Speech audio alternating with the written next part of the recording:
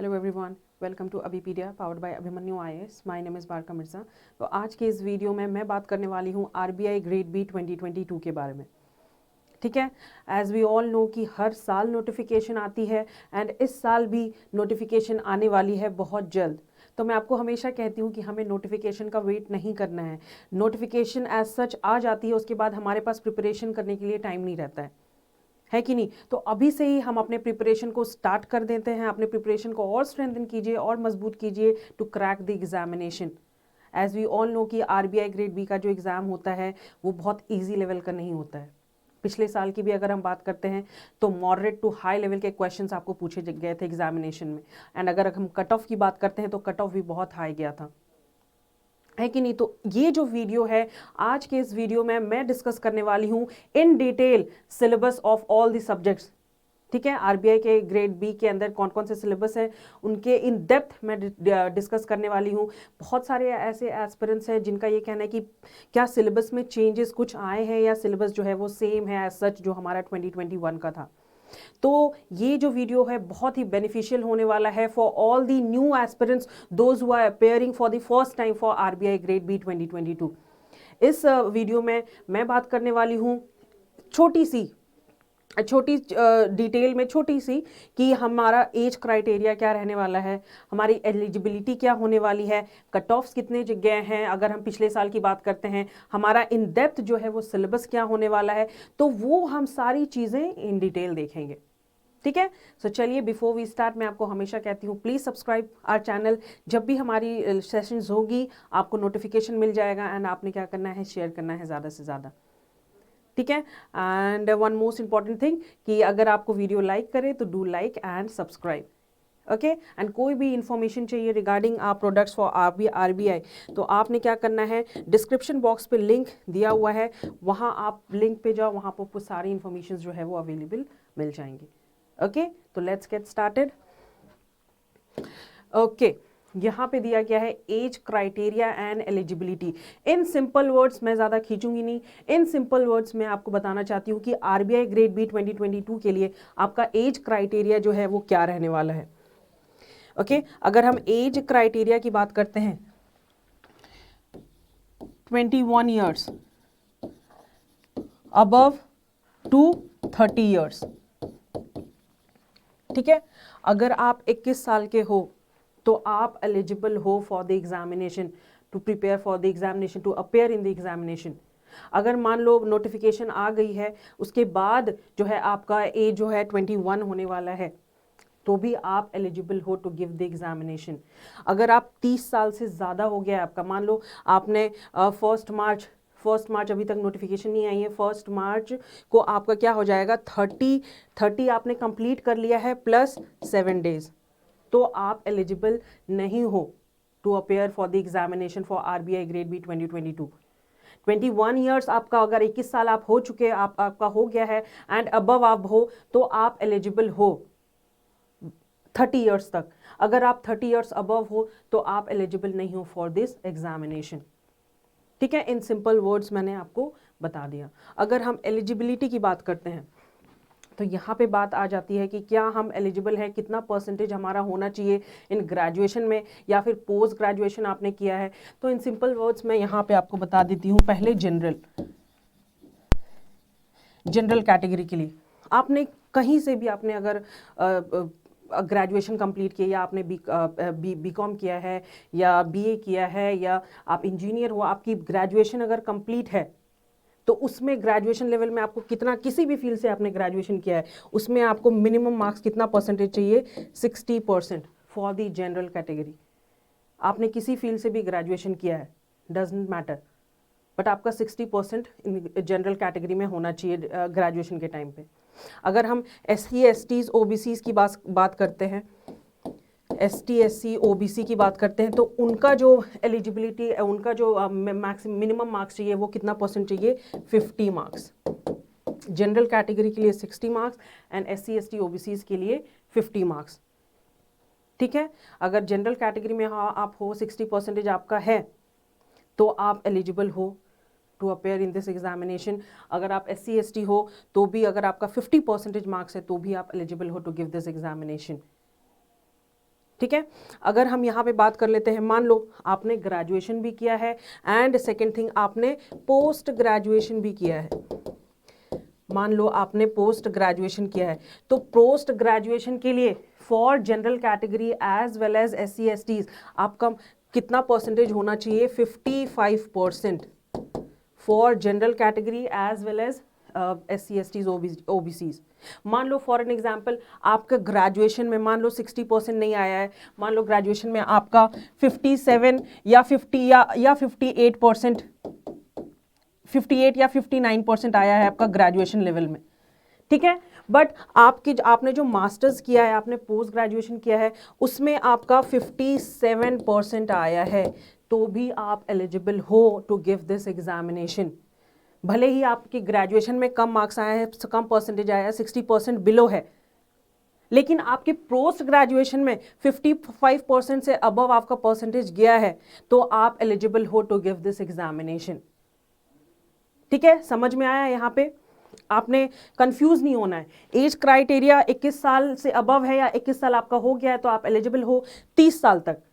30 साल आपका 30 कंप्लीट हो गया है, plus 2 debt plus 3 day extra जा रहा है, तो आप एलिजिबल नहीं हो टू गिव दिस एग्जामिनेशन। यहीं पे मैंने आपको एलिजिबिलिटी के बारे में भी बताया, जनरल कैटेगरी SC/STs OBC के बारे में भी। जनरल कैटेगरी का 60% होना चाहिए एंड SC/STs का 50। यहाँ पे अगर आपने पोस्ट ग्रेजुएशन किया है, अगर आपका ग्रेजुएशन के टाइम पे आपका 60% मार्क्स नहीं है या 50% मार्क्स नहीं है, उसी टाइम पे at the same time post graduation पे आपका 55% से ज़्यादा है, दैट इज़ 56, 57, 60, तो आप एलिजिबल हो फॉर दिस एग्जामिनेशन। ठीक है, ये हमने बात कर ली हमारी एज क्राइटेरिया एंड एलिजिबिलिटी की। देन थर्ड कम्स हमारा examination phases, most important thing. अगर आप न्यू एस्पिरेंट्स हो, न्यू बच्चे हैं, जो न्यू स्टूडेंट्स हैं जो फर्स्ट टाइम अपेयर कर रहे हैं फॉर RBI ग्रेड बी, तो उनको ये चीज़ें बहुत इंपॉर्टेंट चीज़ें हैं कि RBI फेज़ 1 क्या है, फेज़ 2 क्या है एंड फेज़ 3 क्या है ना। तो अगर हम फेज़ 1 की बात करते हैं, तो एज वी ऑल नो कि फेज़ 1 जो है आपका पेपर होता है, इसमें भी फेज़ 1 जैसे कि इंग्लिश, लॉजिकल रीजनिंग, जो एप्टीट्यूड, क्वांट एप्टीट्यूड है ना, तो ये सारी चीज़ें आ जाती हैं आपकी फेज़ 1 में। ये जो फेज़ 1 रहता है वो क्वालिफाइंग रहता है फॉर फेज़ 2। अगर आप इस चीज़ को क्रैक कर ले तो फेज़ 1 अगर आपका कंप्लीट हो गया तो आप सेकेंड पेपर के लिए एलिजिबल हो, आप सेकेंड पेपर आप दे सकते हो, that is for phase 2। Phase 2 में क्या हो जाता है? डिस्क्रिप्टिव पार्ट या सब्जेक्टिव पार्ट। एंड फेज़ 2 जो है वो बहुत इंपॉर्टेंट हो जाता है। यही चीज़ डिसाइड करती है कि क्या आप इंटरव्यू के लिए सेलेक्ट हुए हो कि नहीं हुए हो। तो नॉर्मल सी बात है, फेज़ 1 जो है इंपॉर्टेंट थिंग, मैंने आगे भी हमने इन डिटेल हमने पढ़ना है कि फेज़ 1 में एक्चुअली क्या है, फेज़ 2 में क्या है एंड फेज़ 3 में क्या है। ठीक है, एंड फेज़ 3 जो है वो आपका इंटरव्यू पार्ट है। दैट है कि जैसे कि ये आपका हो जाता है प्रीलिम्स, ये mains and the third one we called it as interview part. ठीक है, तो बहुत सारे ऐसे एस्पिरेंट्स होते हैं कि जिनका फेज़ 1 क्लियर हो जाता है, वो अपेयर कर लेते हैं फॉर फेज़ 2। ठीक है, बट फेज़ 1 क्लियर हो जाता है, फेज़ 2 भी क्लियर हो जाता है, लेकिन इंटरव्यू सेशन में वो क्या हो जाते हैं? रह जाते हैं। तो इस चीज़ के लिए RBI ग्रेड बी जो एग्जामिनेशन है वो आपको इजी में नहीं लेना है। ये जो एग्जामिनेशन है वो बहुत हार्ड, बहुत डिफिकल्ट लेवल का क्वेश्चंस पूछा जाता है इसमें RBI ग्रेड बी एग्जामिनेशन में। आपने ये नहीं कि आपने 10 दिन में या 1 महीने में आपने तैयारी कर ली और आपका एग्ज़ाम जो है वो क्रैक हो जाएगा। यहाँ पे मेहनत की ज़रूरत है डेफिनेटली। जैसे आप फेज़ 1 क्लियर करोगे वैसे फेज़ 2 डिस्क्रिप्टिव पार्ट, एंड वैसे ही दोनों लेवल जो फेज़ 2 ही आपका जो मेन इंपॉर्टेंट चीज़ है, इसी से आपको डिसाइड करके मिलेगा कि आप क्या इंटरव्यू के लिए सिलेक्ट हो रहे हो कि नहीं हो रहे। Are you going for the interview sessions और नॉट। ठीक है, तो पहले फर्स्ट अटेम्प्ट जो बच्चे दे रहे हैं उनके लिए ये सिंपल चीज़ें हैं, मालूमात होनी बहुत ही ज़रूरी है। We have done with it. कितने फेजेस होते हैं? देन कम्स हमारा RBI ग्रेड बी एग्जामिनेशन कि फेज़ 1 में जो है आपके कौन कौन से सब्जेक्ट्स आते हैं, इसका पैटर्न क्या है। ठीक है, तो फेज़ 1 की अगर हम बात करते हैं तो यहाँ पे आज जो आपका सब्जेक्ट्स रहता है that is GA general awareness, reasoning, English language and quant aptitude. कितने मार्क्स के हैं ये टोटल? जो 4 सब्जेक्ट्स इसमें हैं फेज़ 1 के लिए, टोटल मार्क्स जो है इसका 200 मार्क्स का क्वेश्चन पेपर आपका आने वाला है, 200 क्वेश्चंस के साथ विद 200 मार्क्स। ठीक है, टाइम ड्यूरेशन भी मैंने आपको दे दिया है। अगर हम जनरल अवेयरनेस की बात करते हैं तो टोटल नंबर ऑफ क्वेश्चंस जो है वो आपको 80 पूछे जाएंगे and each question will carry 1 mark.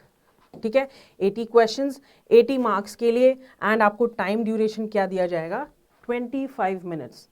ठीक है, मान लो अगर जीए आपने कंप्लीट कर लिया है विद इन 15 to 20 मिनट्स, ठीक है, तो आप फिर दूसरे सेक्शन में आप जा सकते हो। दैट इज अगर 15 to 20 मिनट्स में आपका जो जीए पेपर है वो कंप्लीट हो गया है, देन आपके पास 10 मिनट एक्स्ट्रा बचा है, तो आप तुरंत उसके बाद रीजनिंग में जा सकते हो। ऐसी बात नहीं है कि 25 मिनट्स कंप्लीट होने के बाद ही आप दूसरे सेक्शन में जा सकते हो, ऐसा नहीं है।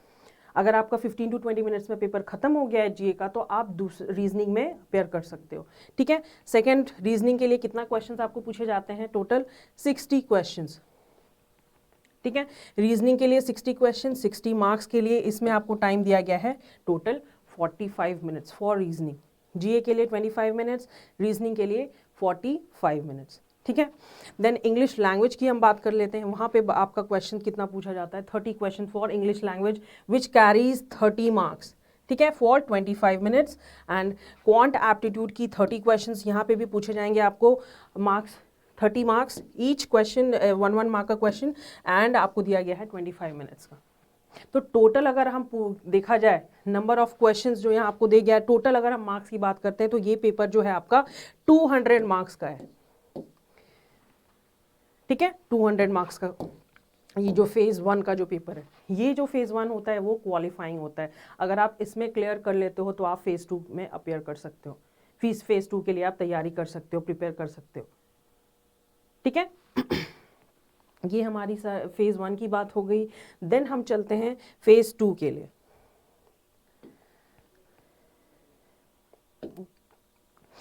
देन हम बात कर लेते हैं फेज 2 के लिए। Okay, this one we have for the phase 2 examination. This is the most important thing. अगर हम phase 2 की बात करते हैं तो यहाँ पे आपको objective plus subjective questions पूछे जाएंगे। ठीक है, यहाँ पे अगर हम यहाँ पे फेज 2 की अगर हम बात करते हैं तो यहाँ आपको 3 पेपर्स आने वाले हैं। दैट इज पेपर 1 जो है आपका इकोनॉमिक्स एंड सोशल इश्यूज का है, second part we have English descriptive and third one we have finance and management. ये हम बात कर रहे हैं पैटर्न के बारे में कि फेज 1 में किस हिसाब का क्वेश्चन पूछा जाता है, कितने मार्क्स आपको दिए जाते हैं, टाइमिंग क्या है, टोटल मार्क्स क्या है।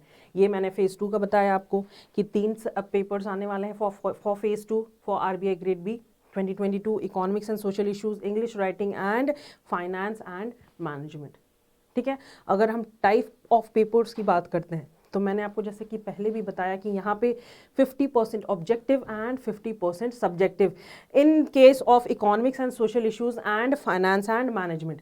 इंग्लिश डिस्क्रिप्टिव में आपको 3 क्वेश्चन पूछे जाएंगे नॉर्मल। हम पिछले 3-4 साल से देख रहे हैं कि इंग्लिश डिस्क्रिप्टिव में जो क्वेश्चंस पूछा जाता है आपको 3 क्वेश्चन रहते हैं, whether we are talking about precis, comprehension and essay writing, जो कि आपको रहेगा 100 मार्क्स के लिए। ठीक है, कोई चेंजेस नहीं है इसमें। अगर हम पेपर पैटर्न की बात करते हैं कोई चेंजेस नहीं है। इंग्लिश डिस्क्रिप्टिव में आपको 3 क्वेश्चंस पूछे जाते हैं।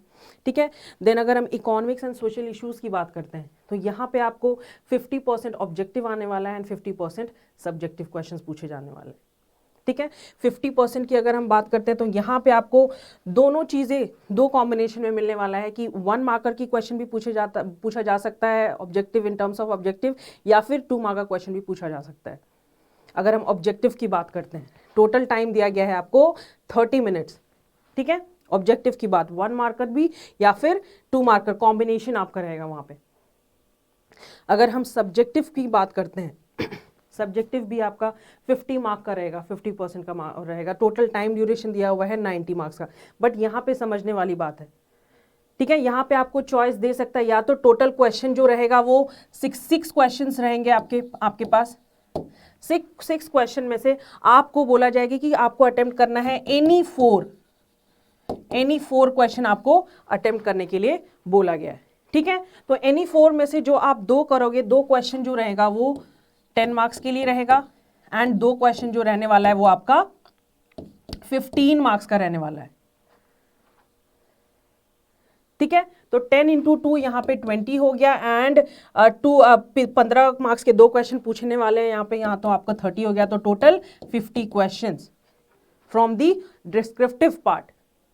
आपको चॉइस भी दिया जा सकता है कि अगर हम 10 मार्क्स की बात करते हैं 2 क्वेश्चन की, तो एक एक क्वेश्चन जो है आपका कंपलसरी में भी दिया जा सकता है कि ये आपको अटेंड करना ही, जैसे कि हमने नाबार्ड में देखा था, है ना, नाबार्ड में भी हमने देखा था कि इसमें चॉइस आपको दिया गया था, बट उसमें से आपको बोल दिया गया था कि कंपलसरी क्वेश्चन, ये जो क्वेश्चन है वो कंपलसरी क्वेश्चन है, आपको करना ही है। लेट्स होप कि क्या होने वाला है फॉर आरबीआई ग्रेड बी। ठीक है, टोटल 6 क्वेश्चन आपको दिया जा सकता है, 6 में से 2 क्वेश्चन एनी 4 आपने अटेम्प्ट करना है, 2 क्वेश्चन जो है 10 मार्क्स का करना है, 2 क्वेश्चन जो है वो 15 मार्क्स का करना है। ठीक है, तो टोटल मार्क्स 50 मार्क्स का। ठीक है, तो यहाँ पे अगर हम ऑब्जेक्टिव और सब्जेक्टिव की बात करते हैं, both in terms of ESI and finance and management same case होने वाला है। यहाँ पे भी अगर हम फाइनेंस एंड मैनेजमेंट की बात करते हैं तो कॉम्बिनेशन, पहला जो 50 क्वेश्चन है ऑब्जेक्टिव क्वेश्चन आने वाले हैं, combination of 1 marker and 2 marker. ठीक है, हम सब्जेक्टिव की बात करते हैं तो यहाँ पे भी आपको 6 क्वेश्चन दिए जाएंगे, 2 क्वेश्चन जो आपको अटेम्प्ट करना है वो 10-10 मार्क्स के एंड 2 क्वेश्चन जो अटेम्प्ट करना है आपको वो 15 मार्क्स के। तो यहाँ पे भी आ जाता है आपका total 100 marks, 50-50 total marks 100। Okay, and finance and management में भी टोटल मार्क्स जो है आपका 100 मार्क्स का जो है वो पेपर है। एंड इंग्लिश डिस्क्रिप्टिव का मैंने आपको बताया, टोटल आपको 90 मिनट्स दिया जाएगा, 3 क्वेश्चंस इसमें पूछे जाएंगे, नॉर्मली यही आता है ऐसे, प्रेसिंग एंड कॉम्प्रिहेंशन। तो ये हमने बात कर ली फॉर फेज 2। फेज 1 में हमने बात करी, फेज 2 भी हमने बात करी। ठीक है, फेज 1 जो है आपका क्वालिफाइंग होता है for phase 2 and phase 2 the most important part of the examination, ये चीज डिसाइड करती है कि क्या आप इंटरव्यू के लिए प्रिपेयर करोगे कि नहीं करोगे, है ना। चलिए, उसके बाद देन द थर्ड फेज जिसको हम इंटरव्यू फेज कहते हैं, मोस्ट इंपॉर्टेंट थिंग, जैसे कि मैंने आपको इस वीडियो के पहले भी बताया कि बहुत सारे ऐसे बच्चे हो जिन्होंने फेज 1 क्लियर किए होते हैं, वो फेज 2 भी उनका क्लियर हो जाता है, बट इंटरव्यू सेशन में वो आके रह जाते हैं। बट कोई बात नहीं, अभी हमारे पास बहुत टाइम है, अभी तो फिलहाल नोटिफिकेशन आया भी नहीं है, नोटिफिकेशन बहुत जल्द आएगा, तो आपको खूब सारी मेहनत करनी है for RBI grade B examination, इसको हल्के में नहीं लेना है। ठीक है, जैसे कट ऑफ्स की बात करते हैं तो कट ऑफ इतना for the difficulty level of the paper हमें ये पता चलता है कि इसका कट ऑफ क्यों इतना कम क्यों है या इतना ज़्यादा क्यों है ना। तो अगर हम RBI grade B examination phase 3 की बात करते हैं इंटरव्यू की, तो इंटरव्यू के जो मार्क्स हैं 2021 की अगर हम बात करते हैं, 2021 में टोटल मार्क्स दिया गया था for the interview session that is 75 marks का। तो एज सच इस बार का भी जो पेपर आने वाला है नोटिफिकेशन में यही होने वाला है कि इस बार के भी इंटरव्यू सेशन में आपको इंटरव्यू टोटल मार्क्स का कितना रहेगा, आपका 75 मार्क्स रहेगा फॉर द इंटरव्यू सेशंस। ठीक है, अगर हम 2019 की बात करते हैं या 2018 की बात करते हैं तो उस टाइम पे इंटरव्यू के लिए सिर्फ 50 मार्क्स दिए हुए रहते थे, 50 मार्क्स के आपको कैलकुलेट किया जाता था, फेज 2 का मार्क्स प्लस इंटरव्यू के मार्क्स। बट अब जो है 2021 एंड इस साल का भी जो नोटिफिकेशन आने वाला है उसमें आपका इंटरव्यू के जो मार्क्स कैलकुलेट होने वाले हैं वो टोटल 75 मार्क्स का आपका इंटरव्यू सेशंस रहने वाला है। ठीक है, फेज 2 के लिए 300 मार्क्स एंड इंटरव्यू 75।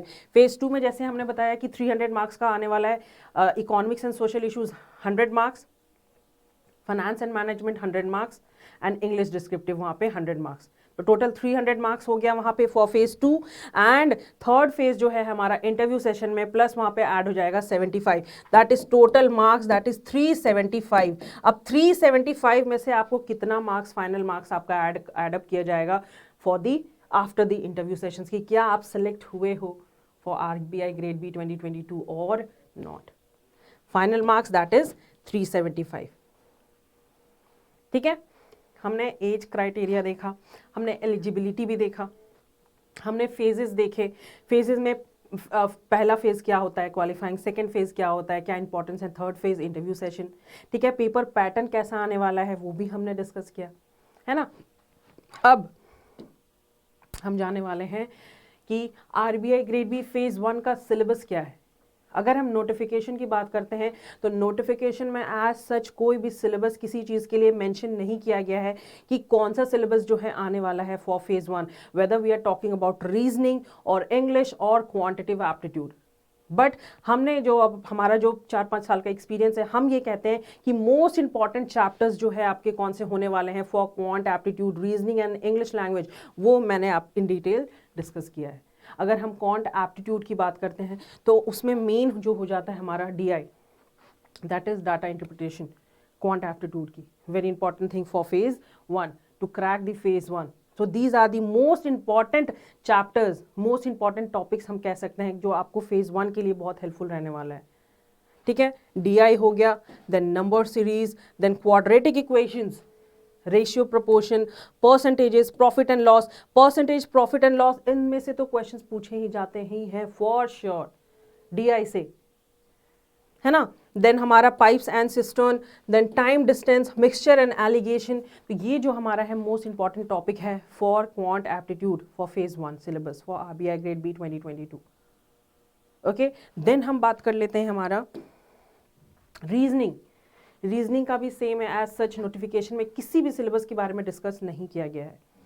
ठीक है, फॉर फेज 1 अगर हम रीजनिंग की बात करते हैं तो यहाँ पे हमारा जो मोस्ट इंपॉर्टेंट टॉपिक्स रहने वाला है that is coding, decoding, syllogism, then directions, inequality, packing and order, seating arrangements जो क्वेश्चंस पूछे जाते हैं, blood relations, data sufficiency, machine output, puzzles and alphabetical series. ये भी जो है वो बहुत ही इंपॉर्टेंट चीज़ है फॉर रीजनिंग फॉर फेज 1। ठीक है, देन आ जाता है हमारा तीसरा, दैट इज इंग्लिश। डिस्क्रिप्टिव की बात नहीं कर रही हूँ मैं, फेज 1 डिस्क्रिप्टिव में जैसे कि मैंने आपको पहले भी बताया फॉर श्योर वहाँ पे 4-5 साल से यही देखा जा रहा है कि 3 ही क्वेश्चंस पूछे जाते हैं। English comprehension part we have जिसमें आपको 3 क्वेश्चंस पूछे जाते हैं, essay we have and precis we have. अगर हम फेज 1 के लिए बात कर लेते हैं तो यहाँ पे रीडिंग कॉम्प्रिहेंशन हो गया, sentence rearrangement, error detection, antonyms, synonyms and cloze test for phase 1। ठीक है, तो ये सारी मोस्ट इंपॉर्टेंट टॉपिक्स है इंग्लिश की। देन सबसे इंपॉर्टेंट चीज़ GA का पार्ट, जनरल अवेयरनेस, कि स्टैटिक हमें पढ़ना है या करंट अप हमें पढ़ना है। मोस्ट इंपॉर्टेंट थिंग क्या हो जाता है, बहुत सारे एस्पिरेंट्स ऐसे हैं कि कौन से पार्ट में सर है या मैम है हमें सबसे ज़्यादा ज़रूरत है पढ़ने की, स्टैटिक पार्ट में या करंट अफेयर्स में।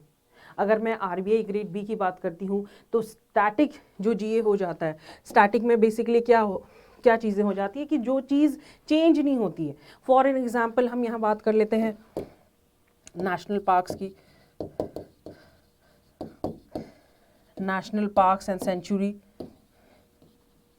देन हमारी फेस्टिवल्स की बात हो जाती है, then books, authors, rivers, dams. तो ये सारी चीज़ें आ जाती हैं हमारे स्टैटिक GK में। दैट इज एयरपोर्ट का लोकेशन क्या है, ठीक है, वाइल्ड लाइफ सेंचुरी क्या है, देन कैपिटल्स, कंट्री के कैपिटल्स क्या होते हैं, देन पॉलिटिक्स से इन्वॉल्व की लेजिस्लेटिव असेंबली में पॉलिटिक्स से रिलेटेड बहुत सारी चीज़ें आ जाती हैं जो चीज़ पूछी जाती हैं इन दी स्टैटिक GK। तो वो जो स्टैटिक GK जो पेपर में आता है हमारा, मैं आपको कह सकती हूँ 10 to 15 मार्क्स के क्वेश्चन आपके पूछे जाते हैं फ्रॉम द स्टैटिक पार्ट अगर हम GA की बात करते हैं। ठीक है, देन कम्स हमारा current, very important, plays a very important role in any examination और मोस्ट इंपॉर्टेंट थिंग RBI की अगर हम बात करते हैं तो करंट GK। मार्क्स कितना दिया गया है करंट GK में से, आपको कितना क्वेश्चंस पूछा जा सकता है इन द एग्जामिनेशन। और पिछले साल की भी अगर हम बात करते हैं 2021 की, 19 की, 18 की, तो करंट जो GK है उसमें से बहुत सारे क्वेश्चन मिनिमम हम कह सकते हैं 50 to 60 मार्क्स क्वेश्चन GA से पूछे जाते हैं। अगर हम करंट अफेयर्स की बात करते हैं तो यहाँ पे आ जाती है हमारी गवर्नमेंट की जो प्रोग्राम्स है, गवर्नमेंट की प्रोग्राम्स हैं, जो स्कीम्स हैं, schemes, initiatives,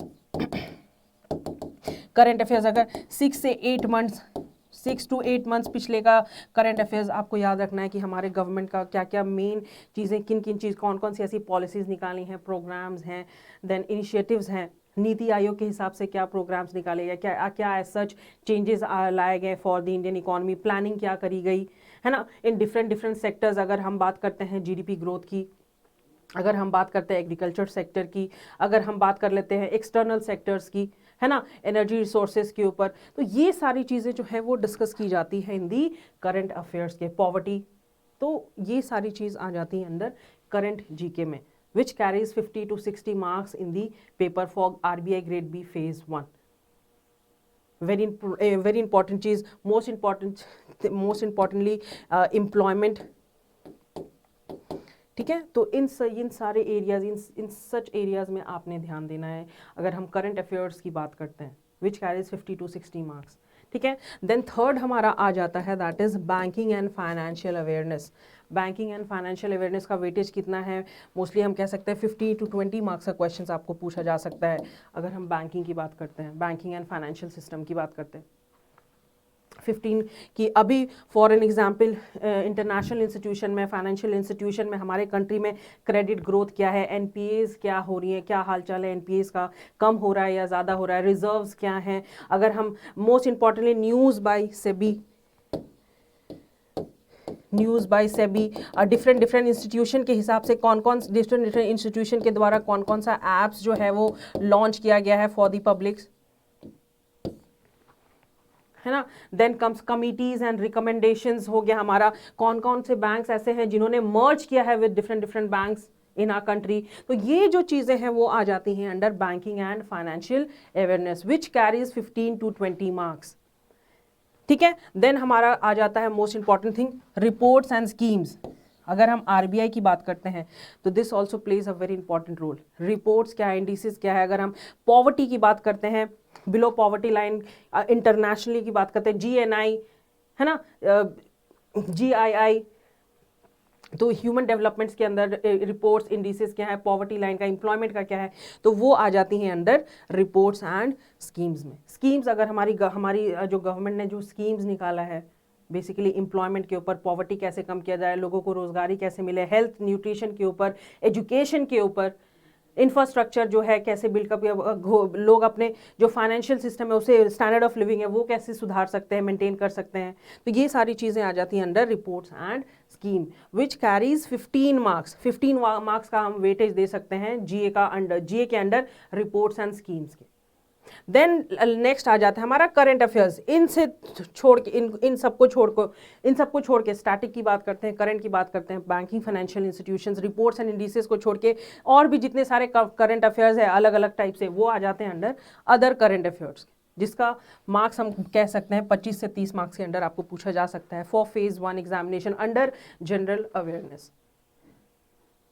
General awareness plays a very important role in any examination, whether we are talking about RBI, NABARD, ठीक है, यूपीएससी लेवल सिविल सर्विसेज की अगर हम एग्जामिनेशन की बात करते हैं तो ये एक बहुत ही इंपॉर्टेंट रोल इनका होता है, ठीक है।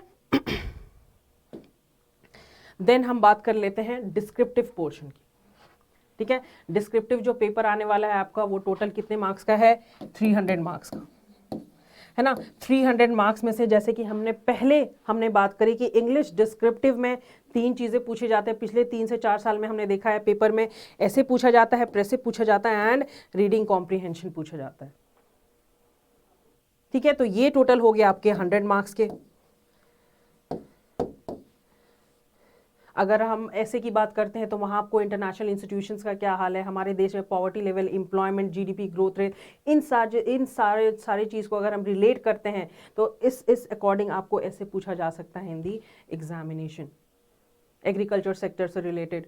तो ये सारी चीज़ पे आपको ध्यान देना है। अगर हम प्रेसे की बात करते हैं तो प्रेसे जो कि सिंपल वर्ड्स में होना चाहिए, which will satisfy the core of the content, जो कि आपको एक 2 लाइन में ही आपको पता चल जाएगा कि एक्चुअली इसका इंपॉर्टेंट चीज़ ये क्या बताना चाह रहा है, क्या जाहिर करना चाह रहा है, that is precis. And third one we have reading comprehension. बहुत सारे ऐसे स्टूडेंट होते हैं कि कॉम्प्रिहेंशन के टाइम पे 30 मार्क्स का ये कॉम्प्रिहेंशन आपका होगा, each question will carry 10 marks each. But ऐसे बच्चे होते हैं, बहुत सारे ऐसे बच्चे होते हैं कि 2 मार्क्स में जो है वो कॉम्प्रिहेंशन का आंसर जो है वो लिख के ख़त्म कर देते हैं, बट ऐसा नहीं है, ठीक है। आपको according to the weightage of the marks आपको उस हिसाब से लिखना है, एलैबोरेट करके अच्छे से लिखना है ताकि आपके वेटेज ऑफ मार्क्स को वो कंक्लूड कर सके, है ना। तो अगर हम इंग्लिश डिस्क्रिप्टिव की बात करते हैं तो ये चीज़ें आ गई under English descriptive for RBI grade B, okay.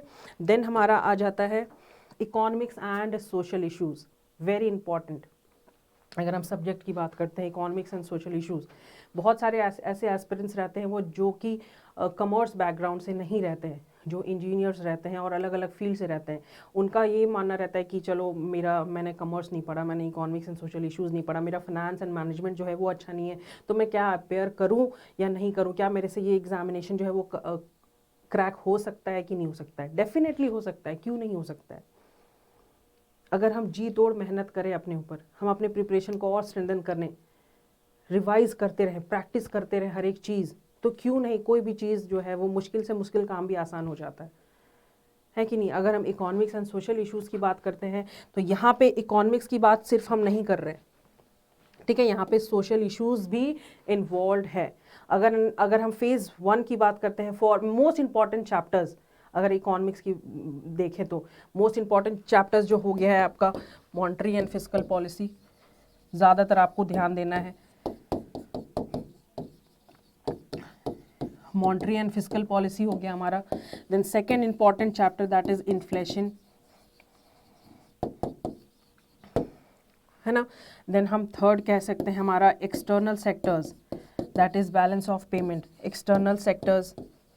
Then fourth हम कह सकते हैं फाइनेंशियल इंस्टीट्यूशंस। ये जो इंपॉर्टेंट टॉपिक्स हैं जो जिसमें आपको मोस्ट इंपॉर्टेंटली ध्यान देने की ज़रूरत है।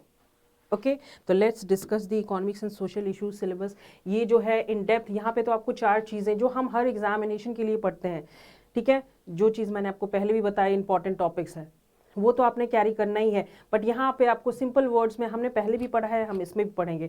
ऐसे आपको देख के लग रहा होगा कि बाप मतलब कितना लंबा चौड़ा सिलेबस है इकोनॉमिक्स एंड सोशल इश्यूज़ का, बट ऐसा नहीं है। हम ये सारी चीज़ें हम कवर अप ऑलरेडी कर चुके हैं एंड हम हर एग्ज़ाम के लिए इस चीज़ को पढ़ते हैं, हम हर बार, तो हमारी रिवीजन भी होती रहती है। बट आपने बस अपडेटेड रहना है कि क्या क्या चेंजेस आई हैं regarding economics and social issues.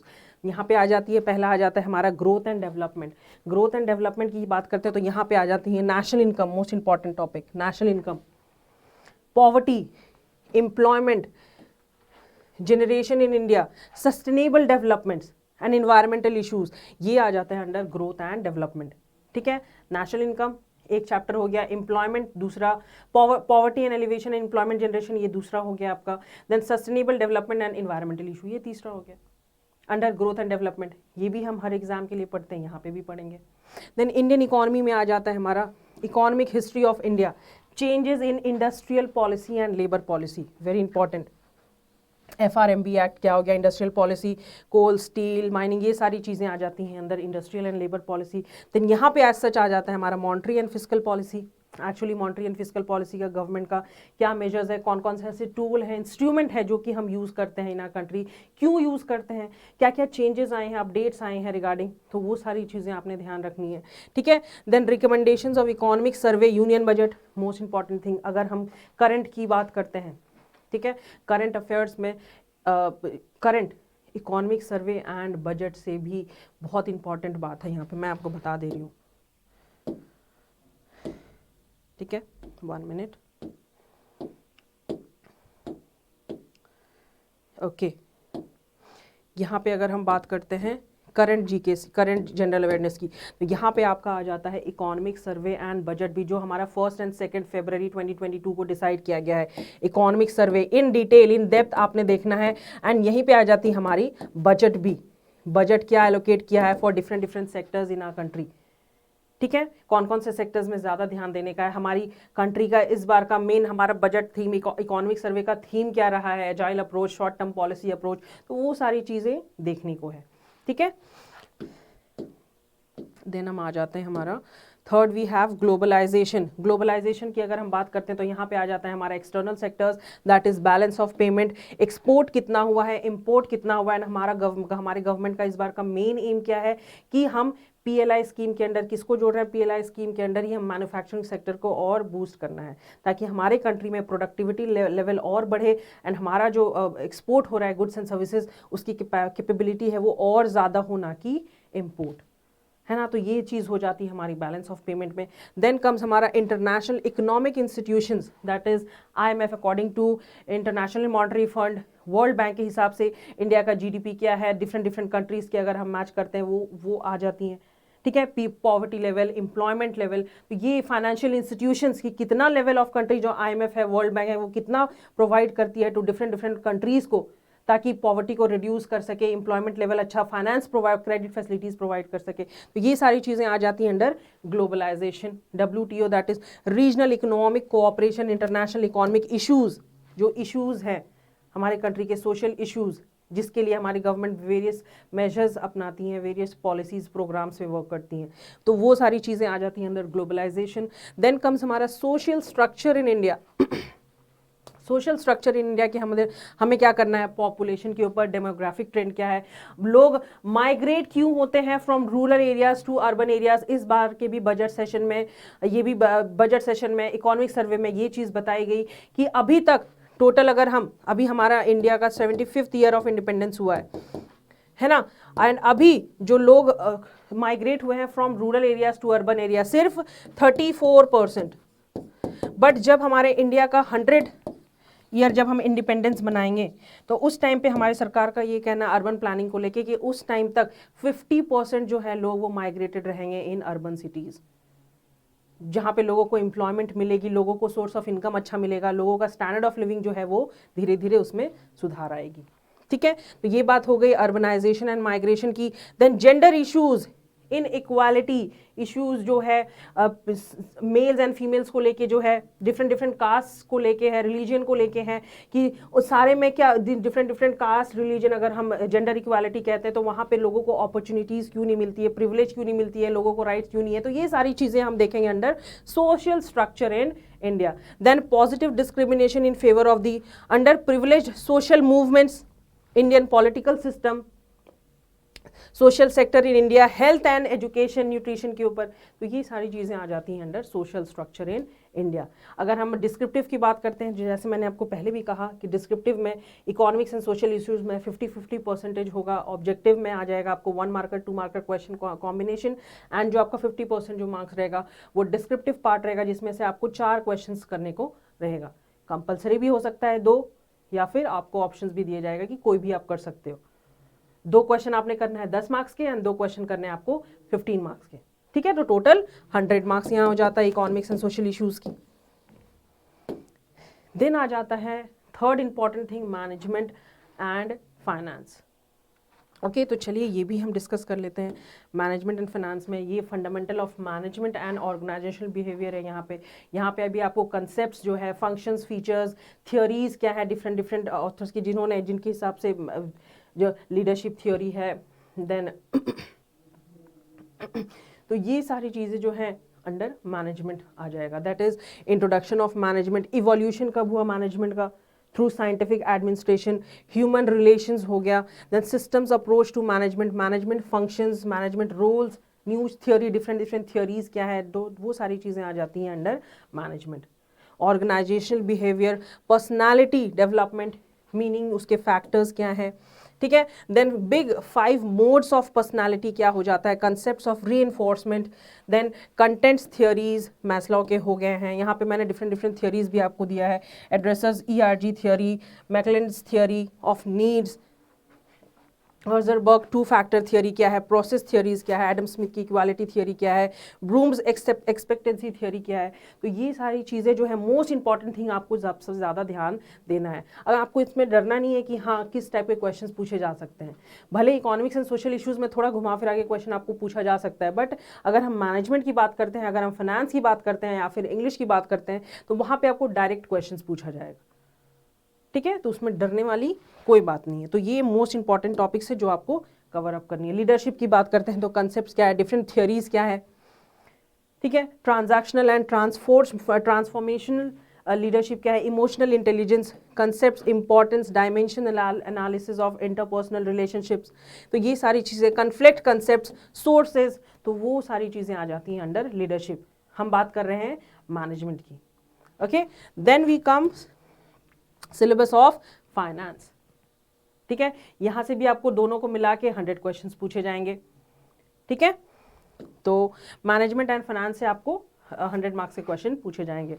अगर हम फाइनेंशियल इंस्टीट्यूशंस की बात करते हैं, फाइनेंशियल सिस्टम की बात करते हैं, तो यहाँ पे डिफरेंट डिफरेंट बैंक्स की बात करते हैं कि डिफरेंट डिफरेंट बैंक्स के क्या रोल्स हैं, फंक्शंस हैं, फीचर्स हैं, अभी कौन सा बैंक ने क्या ऐप निकाला है, किन बैंक्स ने मर्ज किया है with different banks by RBI, है ना, एनपीएस क्या है। तो ये सारी चीज़ें आपने ध्यान रखनी है। Regulators of banks and financial institutions, then RBI के फंक्शंस क्या हैं, कंडक्ट ऑफ मॉनेटरी पॉलिसी कि आरबीआई जो है मॉनेटरी पॉलिसी क्यों लागू करती है हमारे कंट्री में, क्या ऐसी ज़रूरत पड़ जाती है, ठीक है। इन्फ्लेशन क्यों हो जाता है, हमें पता है जब मनी पॉलिसी का सप्लाई बहुत ज़्यादा हो जाता है उस टाइम पे हमारी जो आरबीआई है, रिजर्व बैंक ऑफ इंडिया, वो मेजर्स अपनाती है टू कंट्रोल मनी सप्लाई, है ना। Then banking system in India हो जाता है, that is structure and concerns. Financial institutions, that is SIDBI हो गया, एक्सिम बैंक हो गया, नाबार्ड हो गया, नेशनल हाउसिंग बैंक, एसबीआई, इनके क्या रोल्स हैं, फीचर्स हैं। अभी के करंट की अगर हम बात करते हैं तो अपडेटेड आपने रहना है, ठीक है। Changing landscape of banking sectors in India, then impact of global financial crisis of 2007-8, जब 2007-8 की अगर हम बात करते हैं तो उस टाइम ग्लोबल फाइनेंशियल क्राइसिस आ गया था हमारे कंट्री में, तो उसका इम्पैक्ट क्या हुआ था हमारे कंट्री के ऊपर, अगर हम इंडियन हमारी कंट्री की बात करते हैं, इंडियन इकोनॉमी की बात करते हैं। देन कम्स हमारा बी, वो हमने ए पार्ट देख लिया, ठीक है। फाइनेंशियल सिस्टम जो है वो 3 पार्ट में डिवाइडेड किया गया है, फाइनेंस का। पहला जो है वो फाइनेंशियल सिस्टम के अंदर ये सारी चीज़ें आ गई। देन हम बात कर लेते हैं हमारा फाइनेंशियल मार्केट्स एक्चुअली क्या होता है, जहाँ पे bond, securities, purchase and sale हम करते हैं इन दी मार्केट, है ना, फाइनेंशियल मार्केट। तो यहाँ पे आ जाती है हमारी primary and secondary market, that is forex, money, bonds, equity, purchase sale किया जाता है। फंक्शंस क्या है, उसके इंस्ट्रूमेंट्स क्या है, रीसेंट डेवलपमेंट्स क्या हुई हैं इन फाइनेंशियल मार्केट, तो वो आ जाती है अंदर second part of finance, that is financial market. Then third आ जाता है हमारा जनरल टॉपिक्स, जो चीज आपको फाइनेंस में कवर अप करने हैं, general topics in finance, that is risk management in banking sectors, basis of derivatives क्या है, very important chapter. Then global financial markets, international banking, latest development क्या हुआ है अगर हम ग्लोबल की बात करते हैं। फाइनेंशियल इंक्लूजन, हमारी गवर्नमेंट की तरफ से कौन कौन सी ऐसी पॉलिसीज, प्रोग्राम्स, इनिशिएटिव्स आई हैं फॉर फाइनेंशियल इंक्लूजन, ताकि लोगों का स्टैंडर्ड ऑफ लिविंग जो है वो धीरे धीरे उसमें सुधार आए, पॉवर्टी लेवल कम हो, एम्प्लॉयमेंट लोगों को मिले। Then alternate sources of finance, private and social cost क्या है, benefit, public private partnership, that is PPP क्या हो जाता है, जहाँ पे हमें पता है हमारे गवर्नमेंट का एंड हमारे गवर्नमेंट एंड पब्लिक एंड दोनों का पार्टिसिपेशन होता है, पब्लिक एंड प्राइवेट पार्टनरशिप, जहां दोनों का इक्वल रिस्क वो लोग मेंटेन करते हैं, कि नहीं। देन हमारा आ जाता है corporate governance, banking sector, role of the governance in addressing issues of corruption. Corruption कहाँ पे नहीं है, हर जगह जाओ, आप स्कूल जाओ एडमिशन कराने के लिए, आप हॉस्पिटल्स जाओ, या कोई भी चीज़ अगर आपको करनी है तो उसके लिए आपको क्या है, इससे जूझना पड़ता है, करप्शन से।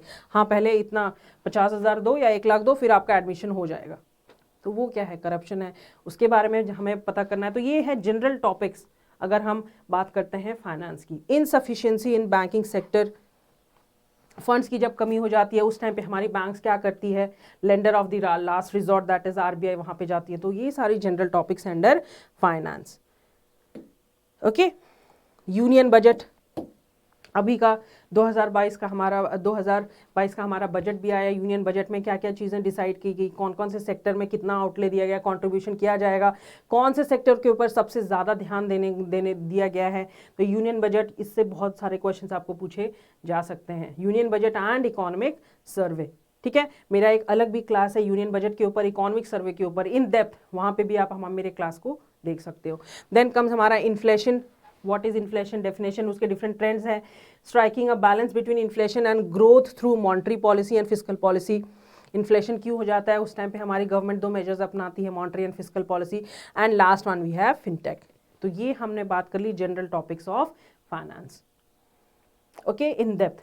सिलेबस नोटिफिकेशन में हमें मेंशन नहीं किया गया है कि एक्चुअली हमें क्या क्या चीज़ें पढ़नी है, बट मैंने आप इंग्लिश की बोलो, रीजनिंग की, या फिर ESI, management and finance, English descriptive, है ना, इन डेप्थ मैंने हर एक चीज़ आपको बताया कि मोस्ट इंपॉर्टेंट टॉपिक आपका जो है वो क्या आने वाला है फॉर आरबीआई ग्रिड, कौन कौन सी ऐसे डिफरेंट चीज़ें जहाँ पे आपको सबसे ज़्यादा देखने की ज़रूरत है, पढ़ने की ज़रूरत है ना। तो हमने डिस्कस कर लिया हमारा फेज़ 1 का भी सिलेबस एंड फेज़ 2 का भी सिलेबस। ओके। ओके जाने से पहले मैं आपको ये बता देती हूँ कि कट ऑफ्स की क्या मेन इंपॉर्टेंट हो जाती है अगर हम कट ऑफ्स की बात करते हैं तो। कट ऑफ्स की बात, ओके, कट ऑफ्स अगर हम 2021 की बात करते हैं एंड 2019 की बात करते हैं, ठीक है, हमारा 2019-21 की बात करते हैं तो टोटल मार्क्स कितना है हमारा, टोटल मार्क्स 375, ठीक है। 375 में से आपको कितने मार्क्स लाने हैं वो आपको डिसाइड करना है, ठीक है। एंड 2019 में क्या हो गया था, 50 मार्क्स का इंटरव्यू था, है ना। तो 50 मार्क्स का इंटरव्यू, और इस बार का इंटरव्यू जो सेशन है वो आपका कितने मार्क्स का हुआ है, दैट इज 75 मार्क्स का इंटरव्यू। देन हम अगर 2019 की बात करते हैं तो वहाँ पे इंटरव्यू के कितने मार्क्स लिए गए थे, 50 मार्क्स। तो यहाँ पे हो जाता है हमारा 350 टोटल, अगर हम मार्क्स ऐड करें तो टोटल मार्क्स जो है हमारा, जहाँ पे फाइनल सिलेक्शन किया जाता है बच्चों का। तो 2021 का 375 है एंड 2000 अगर हम 19 की बात करते हैं तो 350 टोटल मार्क्स है। यहाँ पे बच्चों का एग्जामिनेशन देने के बाद सबसे पहला क्वेश्चन यही रहता है, फर्स्ट क्वेश्चन, कि मैम कट ऑफ कितना जाने वाला है ना। तो कट ऑफ की अगर हम बात करते हैं 2021 की, यहाँ पे फेज़ वन का अगर हम कट ऑफ देखते हैं 2021 का तो वो कितना गया था, दैट इज 66.75। एंड यहाँ पे अगर हम 2019 की बात करते हैं, 20 में नहीं हुई थी एग्जाम क्योंकि पैंडमिक था, कोविड सब कुछ बंद था। तो 2019 की बात करते हैं अगर हम फेज़ वन, तो यहाँ पे फेज़ वन का कट ऑफ कितना गया था, दैट इज 122। कितना अंतर है, आरबीआई के पेपर में आप डिसाइड नहीं कर सकते हो कि कब आपका किस लेवल का क्वेश्चन पूछा जाएगा। अगर हम 2019 की बात करते हैं तो यहाँ पे हमारा जो पेपर था, ठीक है, वो इजी टू मॉडरेट लेवल का था। बट अगर हम 2021 की बात करते हैं तब पेपर वॉज टू डिफ़िकल्ट, इसके लिए जो कट ऑफ है वो इतना कम गया था, दैट इज़ 66.75। फिर भी इसके लिए मैं आपको कहती हूँ कि मेहनत करना बहुत ही ज़रूरी है, आपके मेहनत के ऊपर ही हर एक चीज़ डिपेंड करता है। अगर हम फेज़ टू की बात करते हैं, यहाँ पे अगर हम फेज़ टू की बात करते हैं 2021 फेज़ टू, तो यहाँ पे आपका टोटल कितना कट ऑफ गया था, दैट इज़ 187.5। एंड अगर हम फेज़ टू 2019 की बात करते हैं तो यहाँ पे हमारा कट ऑफ गया था, दैट इज़ 193.25 फेज़ टू। तो सीधा फेज़ वन में 66.25 एंड यहाँ पे फेज़ टू के लिए 187.5, जहाँ पे 193 था 2019 की अगर हम बात करते हैं। तो टोटल कट ऑफ इसके लिए मैंने बोला 375 में से आपको टोटल मार्क्स दिए जाएंगे, ठीक है। तो टोटल फाइनल कट ऑफ था कितना, final cut off for RBI grade B 2021, final cut off that is 252.5, final cut off 2021 का, phase one phase two and final cut off, है ना। एंड अगर हम यहाँ फाइनल कट ऑफ की बात करते हैं 2019 की, तो यहाँ पे फाइनल कट ऑफ था दैट इज 238.25। इन डेप्थ हर एक चीज़ मैंने आपको बता दिया। बहुत सारे ऐसे स्टूडेंट्स होते हैं कि चलो कट ऑफ के लिए सोचते हैं कि हाँ अगर इतना 187.5 कट ऑफ है तो मेरा 188 या 189.56 आ गया, बस बहुत है, बस मुझे क्लियर करना है। बट ऐसा आपने नहीं सोचना है, हमेशा सोचना है कि जितना कट ऑफ गया है उससे 20 to 30 मार्क्स जो है आपको एक्स्ट्रा लाने का सोचना है, ताकि आगे चल के आपको कोई परेशानी नहीं हो, आप ईजिली पास कर सकते हो इस एग्जामिनेशन को। आपको एग्जैक्ट नहीं सोचना है कि हाँ इतना कट ऑफ गया है तो मुझे एग्जैक्ट उतना ही मार्क्स लाना है, नहीं, हमेशा सोचना है 20 to 30 या 30 to 40 मार्क्स जो है एक्स्ट्रा लाने की कोशिश करना है अपने मेहनत से, क्योंकि पेपर का डिफ़िकल्टी लेवल अगर हम बोले तो बहुत हाई है। आरबीआई ग्रेड बी पेपर जो आता है वो बहुत डिफ़िकल्ट लेवल का पेपर आने वाला है, पिछले साल की अगर हम बात करते हैं एंड इस साल भी। तो इसीलिए आपको स्टार्टिंग से ही मेहनत करना है for phase one, phase two and phase three, final interview के लिए, ठीक है। अपने मेहनत को और स्ट्रेंथन कीजिए और अब प्रैक्टिस करते रहिए। Revision is the most important thing, revision आपने करते रहना है, अपडेटेड रहना है। अगर हम करंट अफेयर्स की बात करते हैं तो अपडेटेड रहना है, गवर्नमेंट के 6 से 8 मंथ्स के रिगार्डिंग कौन कौन से चेंजेस, पॉलिसीज़, प्रोग्राम्स आए हैं, किन किन चीज़ों में, सेक्टर्स में चेंजेस आई हैं, तो वो सारी चीज़ें आपको अपडेटेड रहना है, ठीक है। हमारा आरबीआई ग्रेड बी के भी सेशंस हम लाने वाले हैं बहुत जल्द। आप हमारे इस चैनल को सब्सक्राइब कर लीजिए, जब भी आरबीआई की कोई भी वीडियोस आएगी आपको आपके नोटिफिकेशन में मिल जाएगा एंड आप उस वीडियो को देख सकते हैं। अगर आपको ये वीडियो अच्छा लगा तो do like and subscribe our channel. कोई भी क्वेरी हो रिगार्डिंग एनीथिंग आप मुझे कमेंट बॉक्स करके पूछिए, मैं आपको आंसर दूंगी। एंड हम मिलते हैं अपने नेक्स्ट सेशन में। तब तक के लिए थैंक यू एवरीवन।